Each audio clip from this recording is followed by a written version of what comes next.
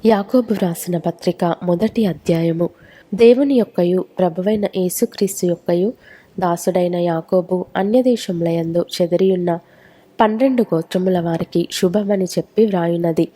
నా సహోదరులారా, మీ విశ్వాసమునకు కలుగు పరీక్ష ఓర్పును పుట్టించునని ఎరిగి, మీరు నానా విధములైన శోధనలలో పడునప్పుడు అది మహానందమని ఎంచుకొనుడి. మీరు సంపూర్ణులను అనునాంగులను ఏ విషయంలోనైనను కొదవలేని వారునై యుండునట్లు ఓర్పు తన క్రియను కొనసాగింపనీయుడి. మీలో ఎవనికైనను జ్ఞానము కొదువగా ఉన్న ఎడల అతడు దేవుని అడగవలెను, అప్పుడది అతనికి అనుగ్రహింపబడును. ఆయన ఎవనిని గద్దింపక అందరికిని ధారాళముగా దయచేయువాడు. అయితే అతడు ఏమాత్రమును సందేహింపక విశ్వాసముతో అడుగవలెను. సందేహించువాడు గాలిచేత రేపబడి ఎగిరిపడు సముద్ర తరంగమును పోలియుండును. అట్టి మనుష్యుడు ద్విమనస్కుడై తన సమస్త మార్గములయందు అస్థిరుడు గనుక ప్రభువు వలన తనకేమైనను దొరుకునని తలంచుకొనరాదు. దీనుడైన సహోదరుడు తనకు కలిగిన ఉన్నత దశయందు అతిశయింపవలెను. ధనవంతుడైన సహోదరుడు తనకు కలిగిన దీన దశయందు అతిశయింపవలెను. ఏలయనగా ఇతడు గడ్డి పువ్వు వలె గతించిపోవును. సూర్యుడు దయించి వడగాలి కొట్టి గడ్డిని మార్చివేయగా దాని పువ్వు రాలును, దాని స్వరూప సౌందర్యమును నశించును. అలాగే ధనవంతుడును తన ప్రయత్నములలో వాడిపోవును. శోధన సహించువాడు ధన్యుడు. అతడు శోధనకు నిలిచినవాడై ప్రభువు తన్ను ప్రేమించు వారికి వాగ్దానము చేసిన జీవ కిరీటము పొందును. దేవుడు కీడు విషయమై శోధింపబడనేరడు. ఆయన ఎవనిని శోధింపడు గనుక ఎవడైనను శోధింపబడినప్పుడు నేను దేవుని చేత శోధింపబడుచున్నానని అనకూడదు. ప్రతివాడును తన స్వకీయమైన దురాశ చేత ఈడ్వబడి మరలు కొల్పబడిన వాడై శోధింపబడును. దురాశ గర్భము ధరించి పాపమును కనగా పాపము పరిపక్వమై మరణమును కనును.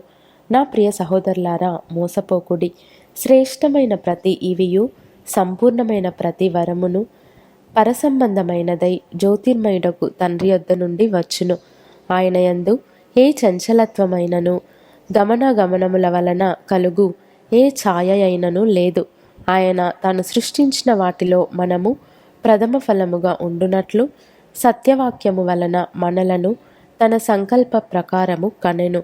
నా ప్రియ సహోదరులారా, మీరీ సంగతి ఎరుగుదురు గనుక ప్రతి మనుష్యుడు వినుటకు వేగిరపడువాడును, మాటలాడుటకు నిదానించువాడును, కోపించుటకు నిదానించువాడునై ఉండవలెను. ఎందుకనగా నరుని కోపము దేవుని నీతిని నెరవేర్చదు.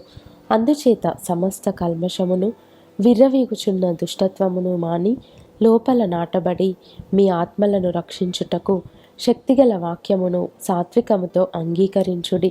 మీరు వినువారు మాత్రమై ఉండి మిమ్మును మీరు మోసపుచ్చుకొనకుండా వాక్య ప్రకారము ప్రవర్తించువారునై ఉండుడి.